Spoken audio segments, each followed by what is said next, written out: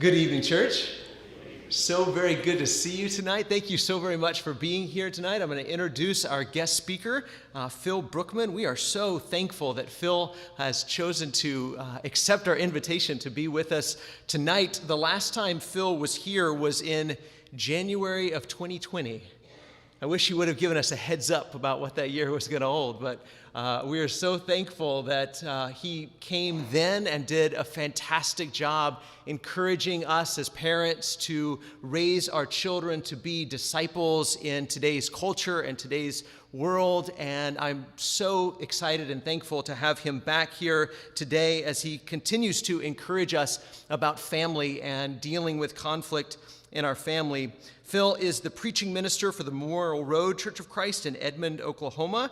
He has 2 degrees from Oklahoma Christian University. He was youth minister for 7 years and now has been preaching for about 9 years. He and his wife, Mary, who's also with us tonight, have been married since 2005. They have 2 daughters, Anna and Heidi. He enjoys spending time with his family, running, reading, playing ping pong, and eating a good Mexican meal any day of the week. That's good news. He loves the challenge of interpreting ancient texts so that they make sense to modern audiences, and he is passionate about scripture, discipleship, and spiritual formation. And we are so thankful to have Phil with us tonight.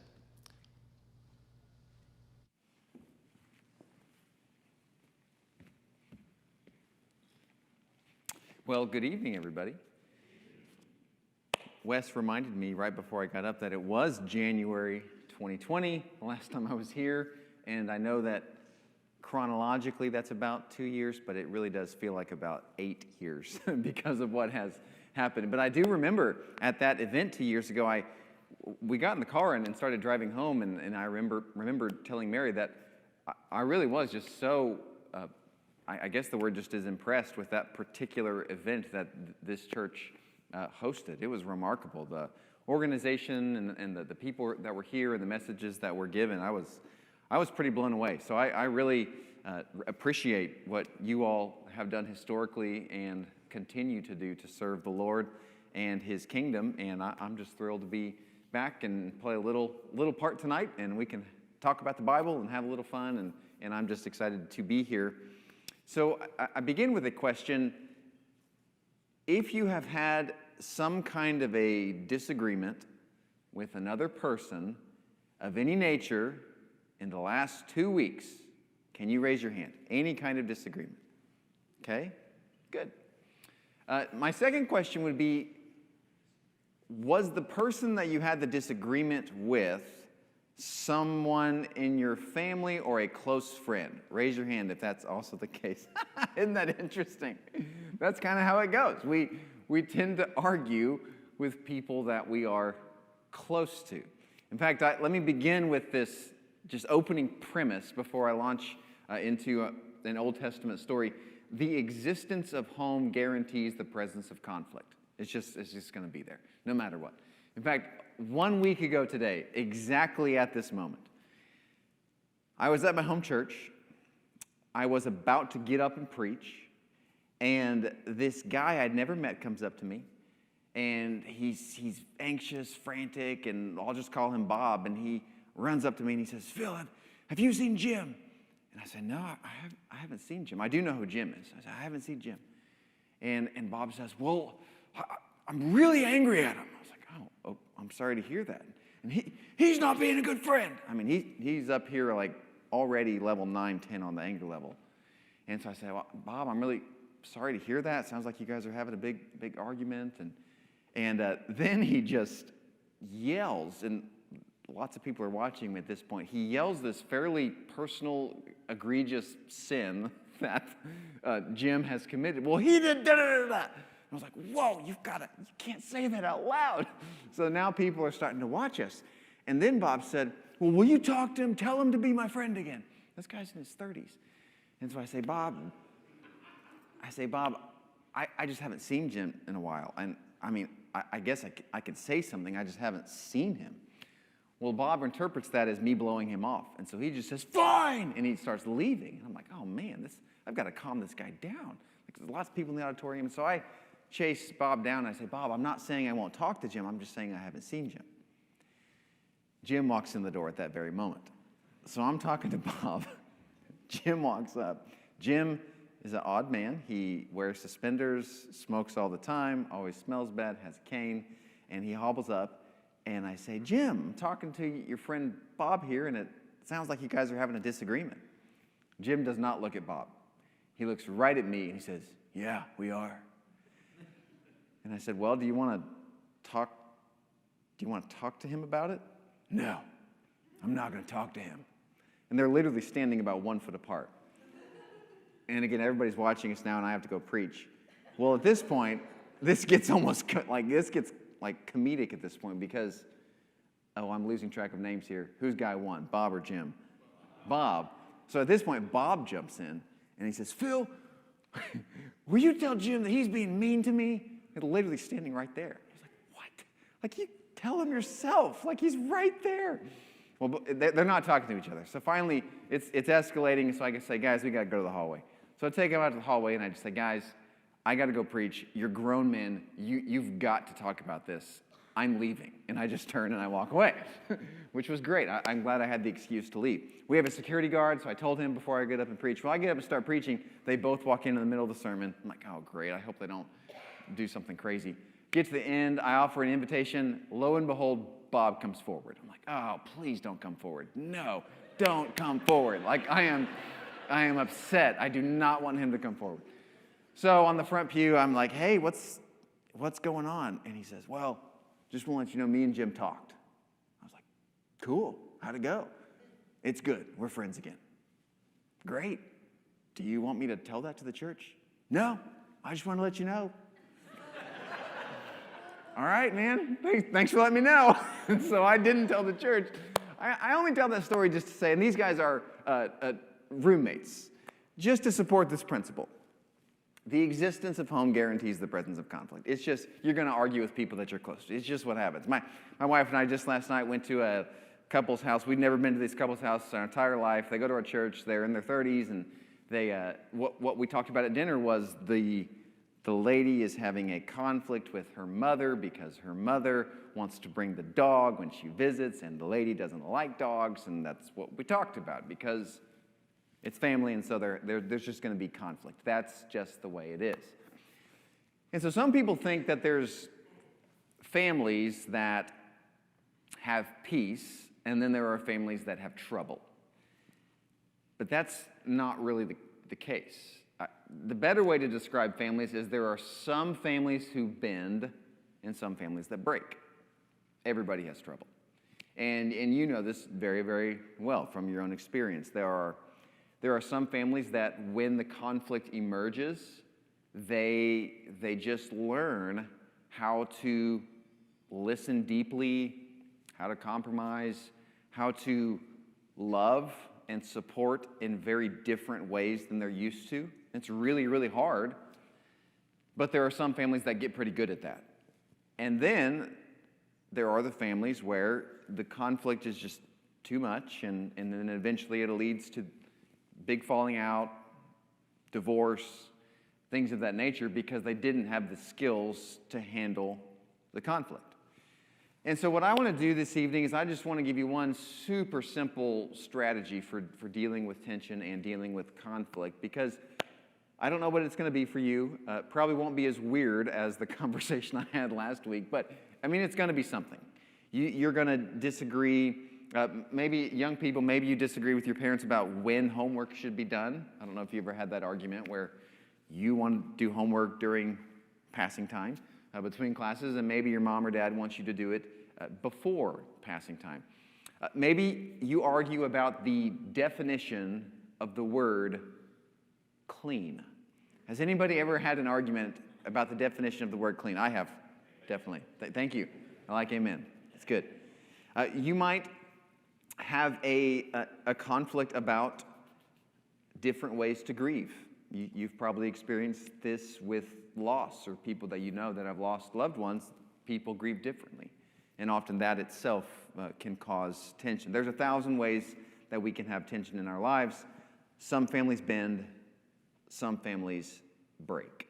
So I want to go to one passage and make a very simple point out of this passage. So, Old Testament, Joseph. I want to go to this very iconic story because I do think this story has a really good lesson embedded in the middle. But to keep you engaged, before I get to the general idea, we're going to do a little bit of trivia here, and we're actually going to go. We got a few young people here, We're going to see who can get the most questions correct, and then I'm going to ask the rest of the audience a few. So, you four lovely ladies here, do you remember? Let's see. Do you remember what was unique about Joseph's coat? Correct. They had a lot of colors. That was very good. Can we give her a round of applause? That was just a good answer. Okay. Let's come over here. Do you all remember the name of the person that Joseph got sold to? It starts with a P. The first syllable is another name for weed. Anybody? You just learned about it in class? That's good. Do you remember what it was? So the first syllable is pot. Potiphar. Very good. Round of applause. Very good. Potiphar. Okay. Very good. That was good. Okay. The rest of the audience, I'm going to go slightly harder here. I want to see if you all can name all of Joseph's brothers. But we got a big group. We can surely get through them all. So just start throwing out names. We'll see if we can name them all. Reuben, Simeon, I heard. Gad. Benjamin. Levi, Asher. Say that again. Issachar. Naphtali. We said Benjamin. Judah. We said Gad, Zebulun.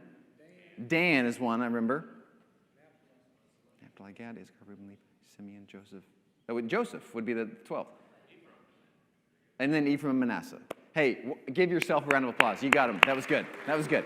All right, so we got the Bible trivia out of the way. Now, let's go to theology here. What's the story of Joseph about? Well, I think the key text is at the end of the story of Joseph. We got this passage in the final chapter of Genesis, which in many ways summarizes what the book of Genesis is all about, and even in some ways summarizes what the Bible is all about.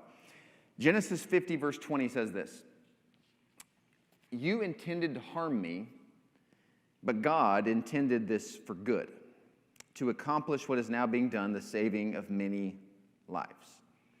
So this tells us a lot about who God is and what God does. Apparently, he specializes in taking things that are negative, harmful, destructive, and through his sovereign grace and power and providence, he turns those into things that are positive and things that bless the world. That's what he does. And so in the middle of the story of Joseph, we find this narrative taking place in the context of feast and famine. And so I want to zoom in on this one moment where Pharaoh has a dream. And in this dream, these cows come out of the river. And at first, it's very big, fat, grass-fed, non-GMO cows. So a lot of hamburger meat there. And then the next scene is really horrific. 7 really ugly, skinny cows come out of the river, and they are sickly, and they eat the healthy ones. Now, I did not write the Bible, but if I did, and I were to make a change, I would simply change the word dream to nightmare, because that is a very odd image of gross-looking cows eating large cows. But that's what happens. That's what Pharaoh's dream is. Well, Joseph interprets the dream, and his interpretation is that there's going to be 7 years of abundance followed by 7 years of famine. And so then Pharaoh puts Joseph in charge to manage the problem. So I want to read you a particular text. Joseph collected all the food produced in those 7 years of abundance in Egypt and stored it in the cities. Joseph stored up huge quantities of grain, like the sand of the sea.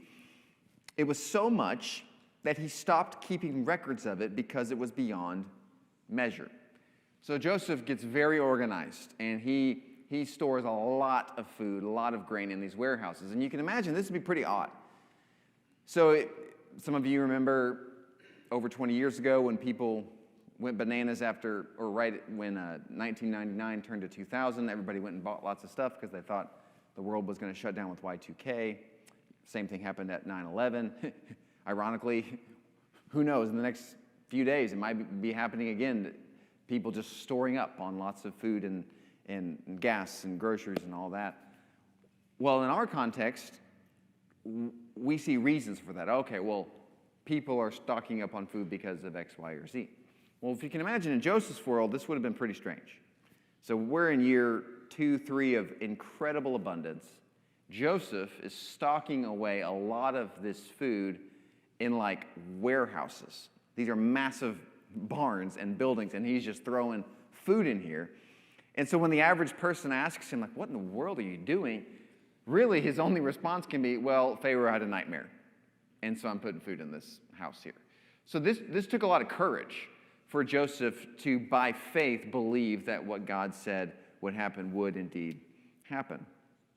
Verse 43 or 53 of the same chapter, the text says, the 7 years of abundance in Egypt came to an end, and then the 7 years of famine began, just as Joseph had said. There was famine in all the other lands, but in the whole land of Egypt there was food.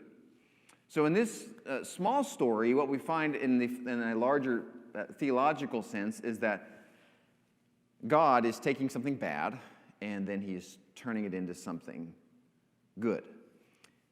Okay, so what does that have to do with conflict at home? Well, I want to make the case that there's a lot of parallels between what Joseph does in this story and what happens in our home. In this story in the Bible, there's a lot of bad and there's a lot of good. They coexist in the story. Your home is a place where there's a lot of bad and there's a lot of good. They coexist. You have memories of being around the dining room table laughing and arguing. Same place, some good memories, some bad memories. So there's a lot of parallels in these stories. But I want you to think about something again, back to the Joseph narrative. The way in which God brought good from bad, it wasn't, at least in this case, it wasn't necessarily miraculous or magical. God didn't come down into the world and change the laws of physics in order for people to have more food. Now, he can do that. Earlier in Genesis, God does more of those things with the flood or with the Tower of Babel, things like that. But in this story, God is very much using human agency to bring about the transformation from evil to good. And so, if you really pinpoint it down, like how did the good come from this story? How did Joseph mitigate and lead through the crisis? Here's what my answer would be. Joseph surrounded the bad with the good so that eventually the bad surrendered to the good. So for 7 years, he worked very hard. He generated all this food, so much food that it couldn't be calculated. And so when the years of famine came in, they actually didn't stand a chance because the famine was already surrounded by the feast. So it wasn't necessarily eradicated, it was outflanked by something good from the outside. And so imagine for a moment how the story would have gone if Joseph had not stored away food. Well, let's say that Joseph, he hears the dream, he interprets the dream correctly, but then he thinks, you know what, this is hard work. And I'm not so sure that God's going to follow through with this. Plus, everybody thinks I'm an idiot, so I'm not going to store the food away in these barns. Well, then when the famine came, what would have happened? The famine would have no foe. There would be nothing opposing the famine, and so then therefore the famine would overwhelm the people of the land and in turn also the people of God. Well, I want to argue that this is actually what happens with conflict. So when you have the presence of conflict, but you also have a lot of good things surrounding it, well, the conflict might be there, but it's not going to have quite as much of an effect as in stories and situations and families where you have the conflict, but you have nothing on the outside that's good to surround it. And so it's a really, really simple point that I want to, all this, let me summarize it with one sentence. Conflict surrenders when it is surrounded.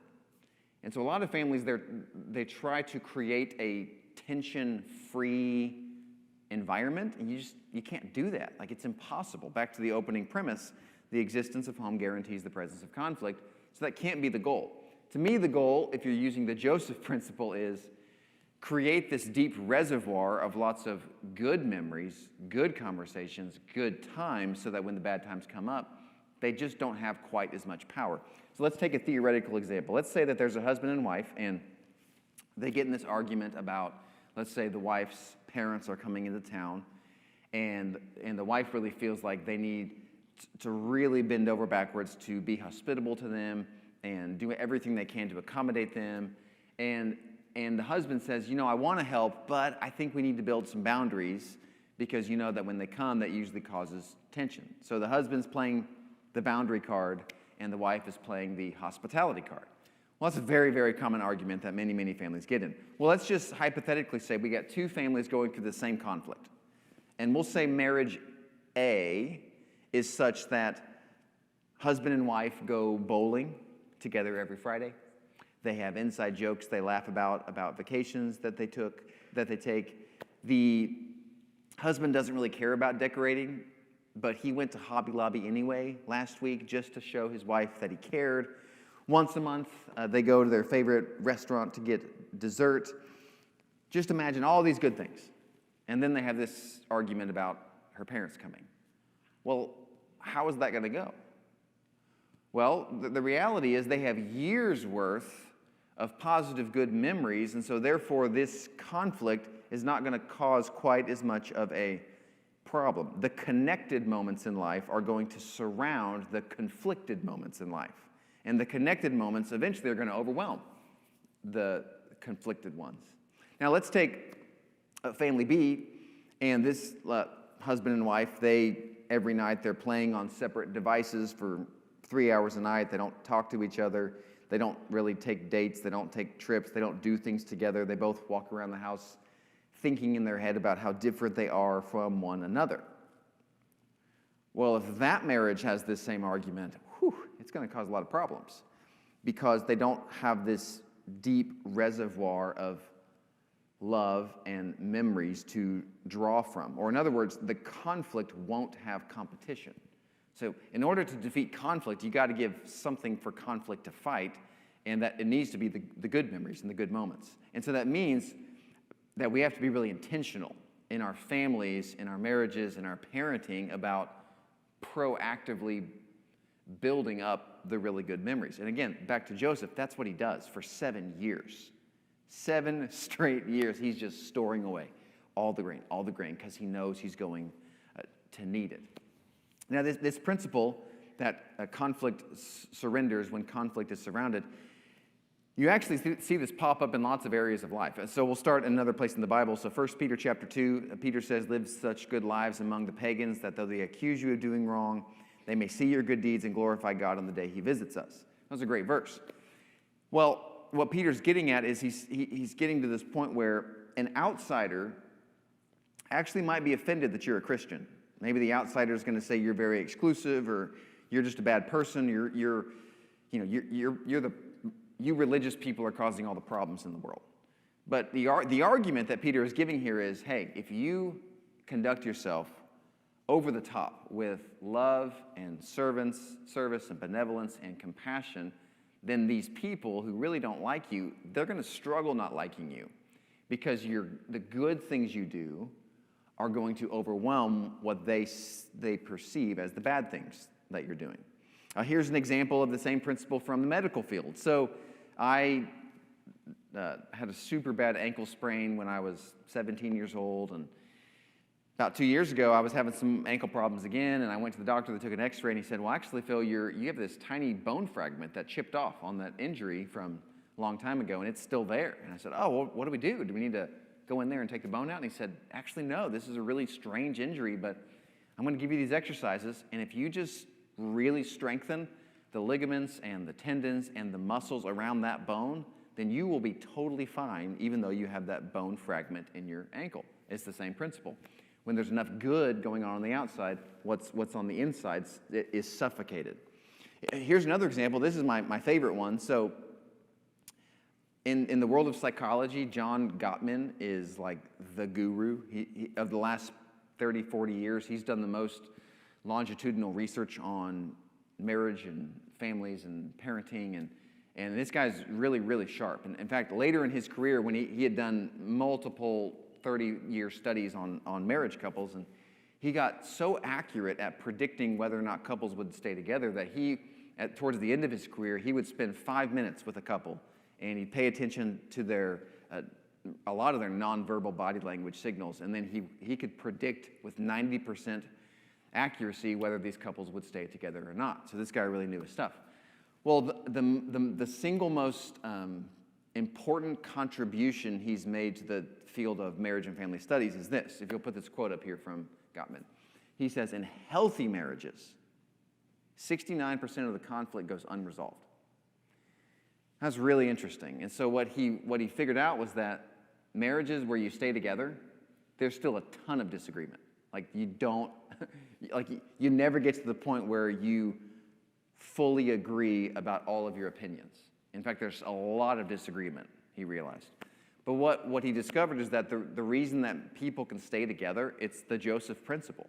He calls it affective behavior. It is laughing, positive physical touch, inside jokes, all those good things. When you have them, that creates relationships that are so strong that you can handle it. You can handle when the conflict comes.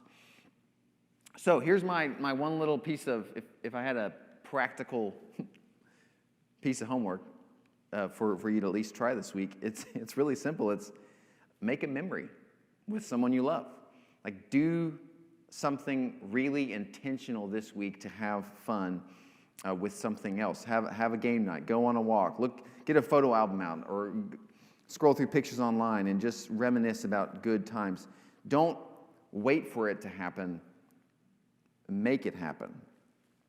One of the things that I'm a little concerned about, especially with the world conflict right now, is that it's very easy to let global anxiety keep us from what I would call local ministry.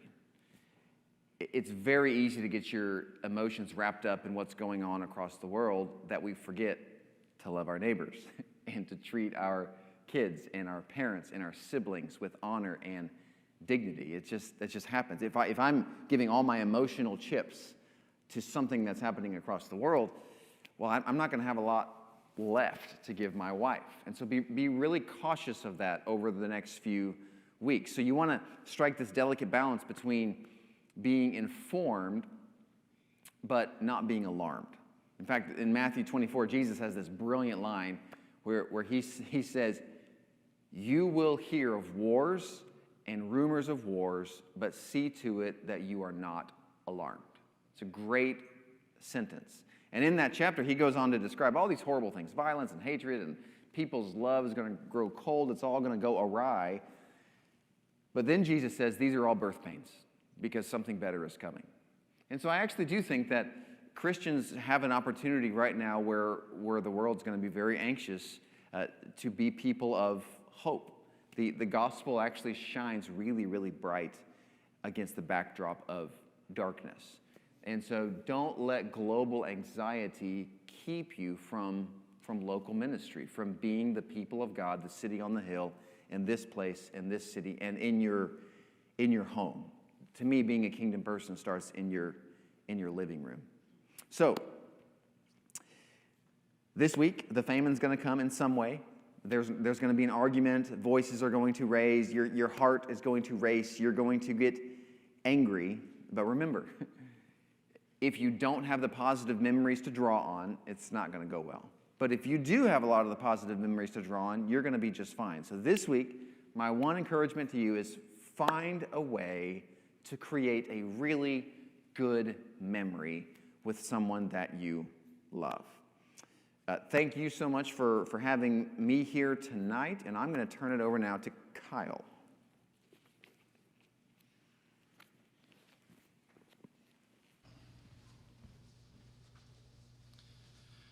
Thank you so much, Phil. I think there's a lot that we can pull from that. I think about the conflicts that I've had in my life and the surrounding good moments that I've had, and and being intentional about creating that environment in your own family pays huge dividends. And so thank you very, very much for that. So would you all pray with me, and don't forget to pick up your kids after we're done. Father, we come before you and are thankful for this time to gather together. And God, we know that you do shine bright, and you show up when times are hard. And you always bring good things out of bad situations. And God, we're sorry when we make those mistakes and we cause conflict. So thank you for that forgiveness. But God, I ask that you would help us to be people who just lean into you and lean into each other, and to be the example, and show other people what it means to love your neighbor, to love your family, to love yourself in the midst of chaos.